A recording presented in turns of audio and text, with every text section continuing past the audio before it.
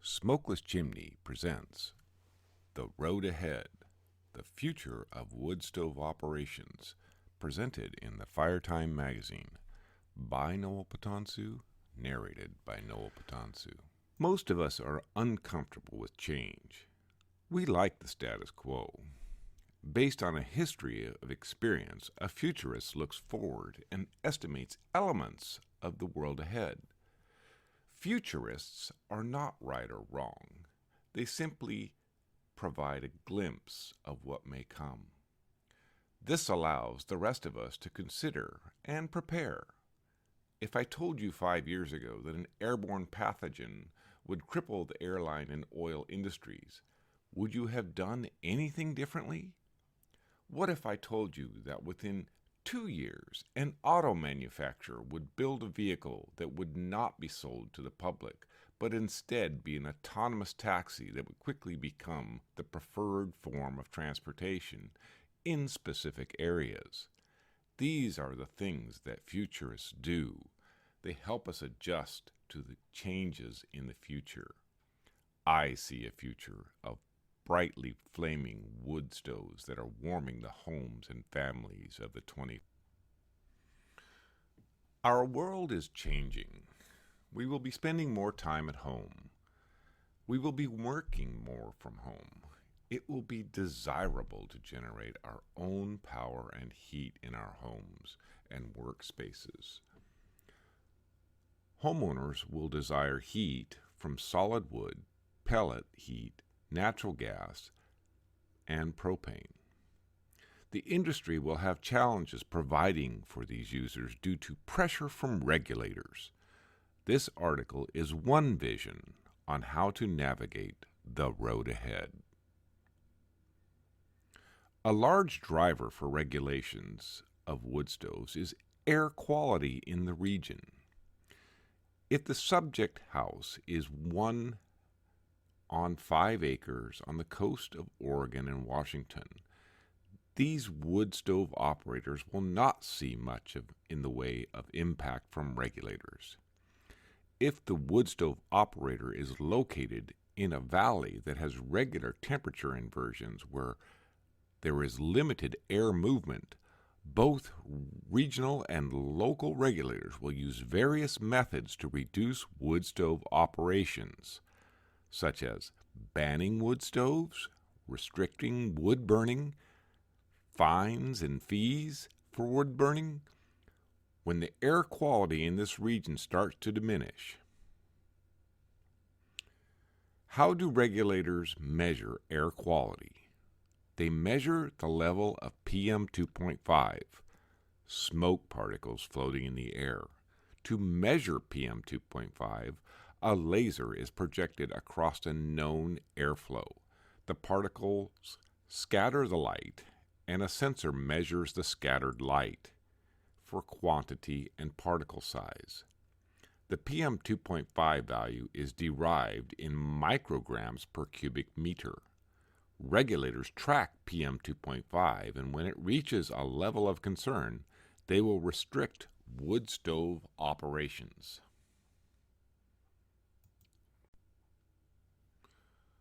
Regulators use sensors that measure PM1, PM 2.5, and PM 10.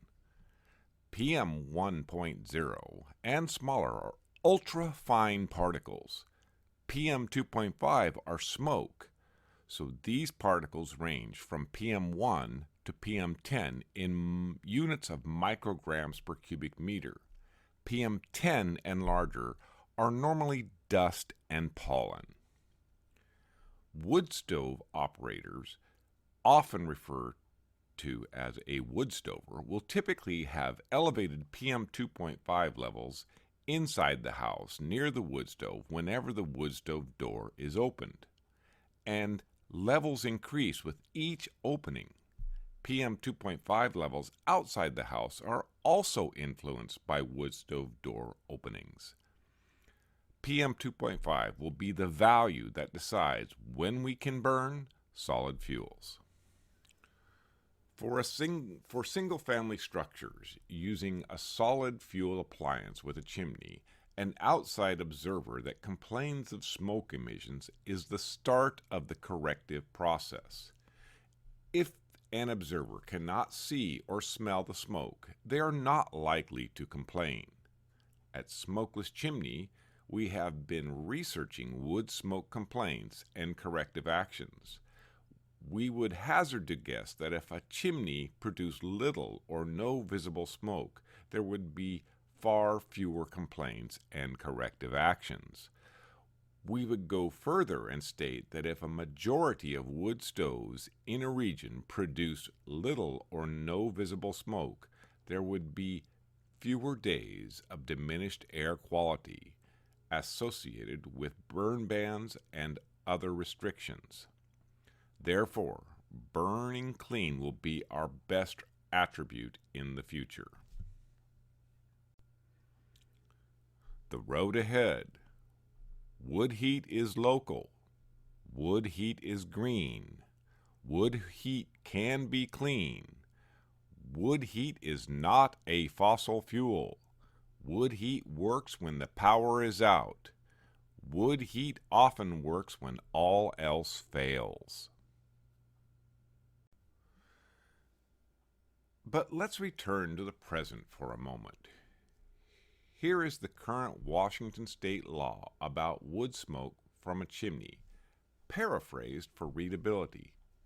Smoke from your chimney cannot exceed 20% opacity for 6 consecutive minutes in any 1-hour period.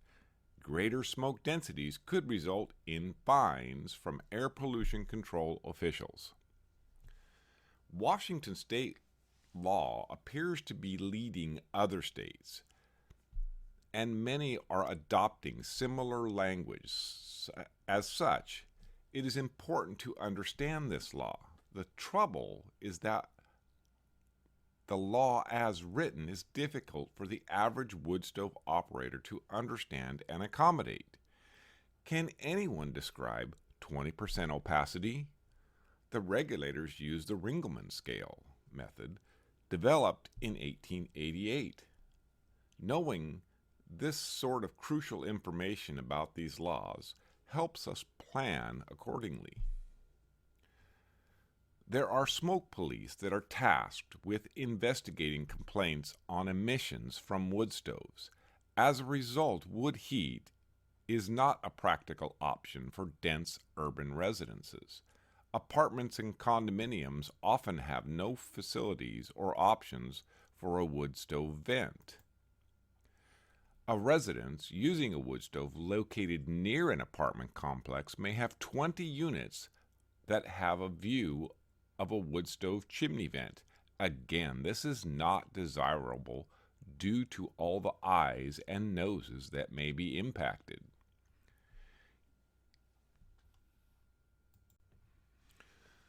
Years ago, the automotive industry was in a similar state. Carbureted vehicles from the 1960s and 1970s were common on the roads for 10 to 15 years after they were manufactured.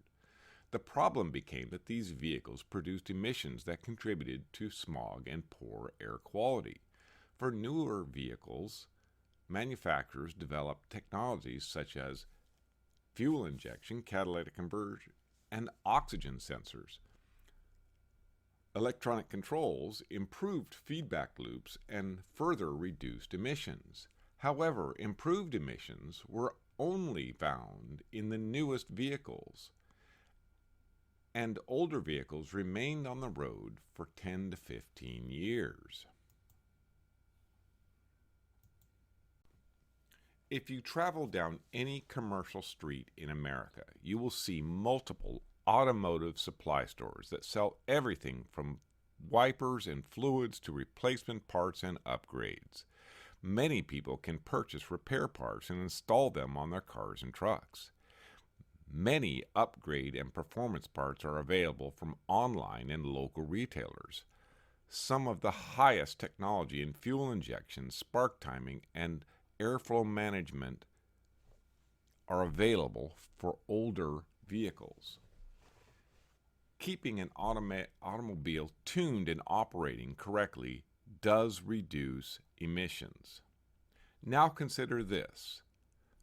A personal vehicle driving errands and commuting may be operating for 2 hours per day on average.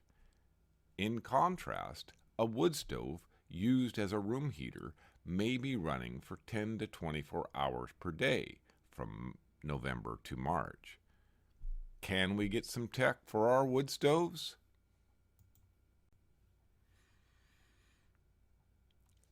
Air quality will be a major discussion topic in the years to come.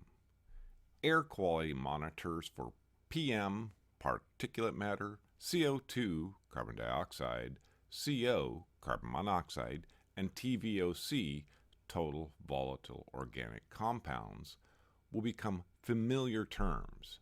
The neighbor who complains that your garbage container is on the roadway and over the white line on recycle day is the same type of person who will obtain a PM monitor that records smoke data with a time and date stamp to complain about smoke from your chimney.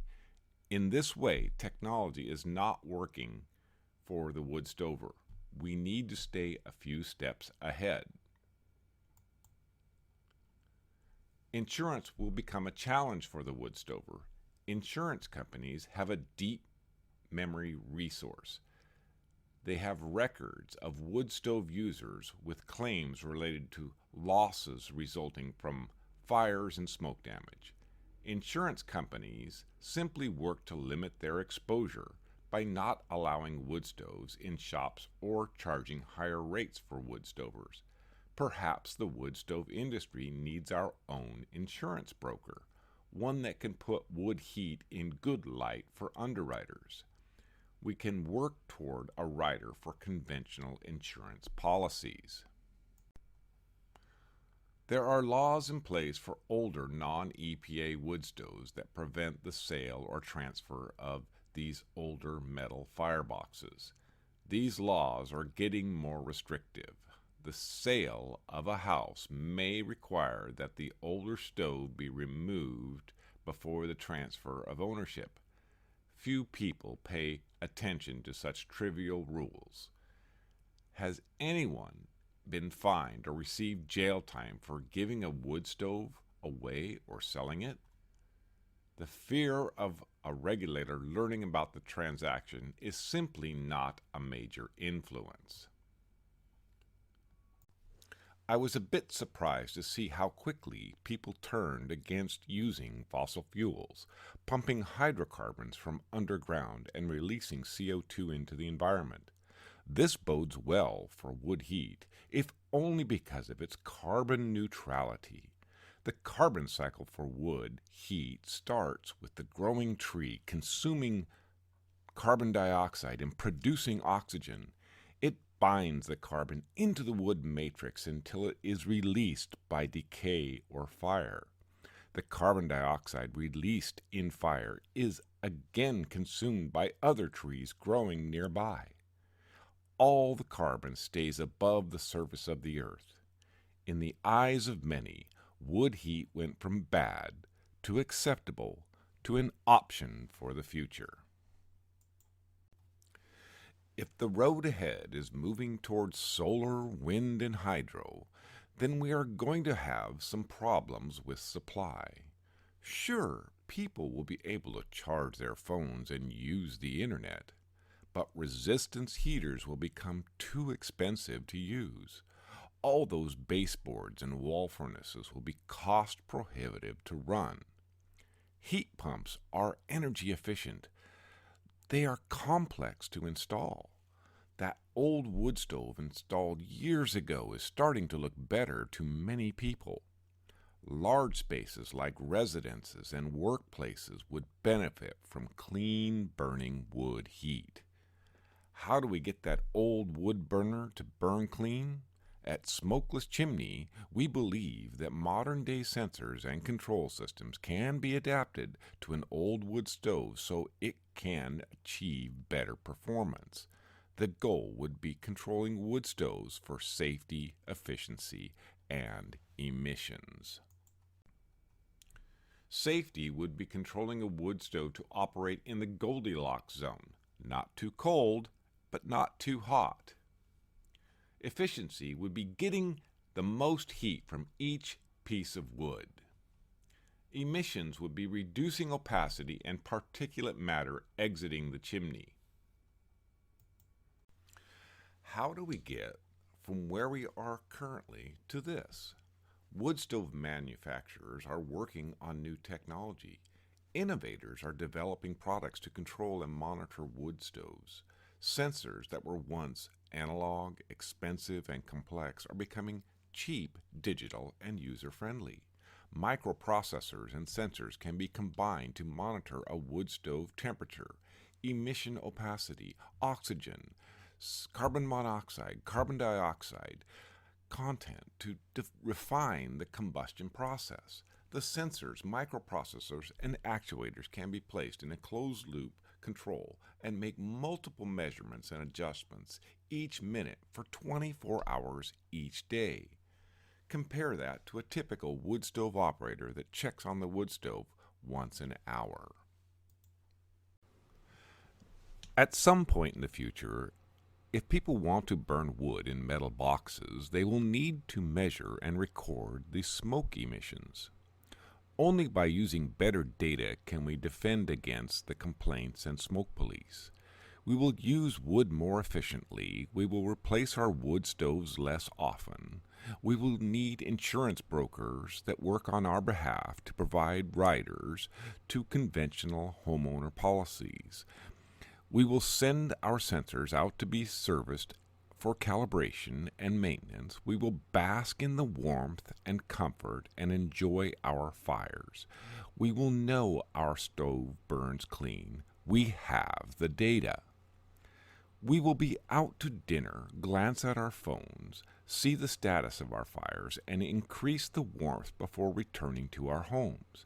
Our wood stoves will track our wood usage and send us notes whenever it's time to order more wood. Our local providers will automatically deliver pre-dried loads of wood. An increase in back pressure reading will send us a notification to schedule a chimney sweep. The flue gas moisture meter will indicate drier wood may reduce visible emissions. The stove display may suggest lighter fuels to raise the rapid oxidation core temperature.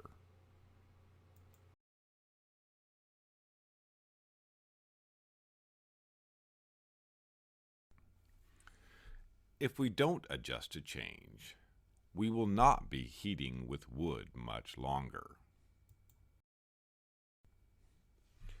We have the technology so we can reconfigure metal boxes to burn cleaner. This will not be readily acceptable by regulators or skeptics. We will have to work within the regulations while reducing emissions and complaints. If we don't adjust to change, we will not be heating with wood much longer. As an industry, our best asset is the people that are out in the field. The stove installers and chimney sweeps will move the industry forward. These people have contact with the homeowners. They have the personal relationships that are needed.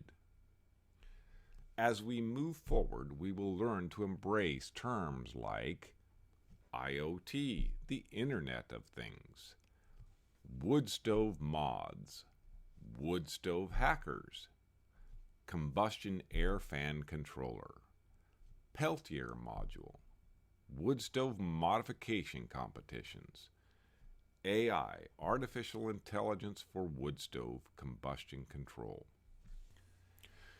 It would be a significant task to replace 10 million wood stoves in America with ultra-clean models. It would be a significant waste of material to scrap out all these old wood stoves that are still working fine in 2025. It would be far more efficient and effective to put measurement and control systems on existing wood stoves. Sensors for temperature, opacity, and post-combustion gases will give us minute-by-minute fire status information. The result will be regular and comfortable heat and light, longer burn times, greater safety, and reduced emissions. Toward the end of the 21st century, those still burning wood will have a chimney monitor that communicates with a central data collector. We will get an invoice for the amount of particulate matter above the specified limit. Mom and Dad will see the bill and voice their concern over the fuel choice and AI settings to the rest of the family. And the wood stove will burn brightly in the background. What we know. A warm home is a place to be comfortable and relax. Wood heat can make a warm home. We benefit from heat and light from a fire. Fire attracts people to gather and relax. Smokeless Chimney, warm homes and clean air for everyone. www.smokelesschimney.com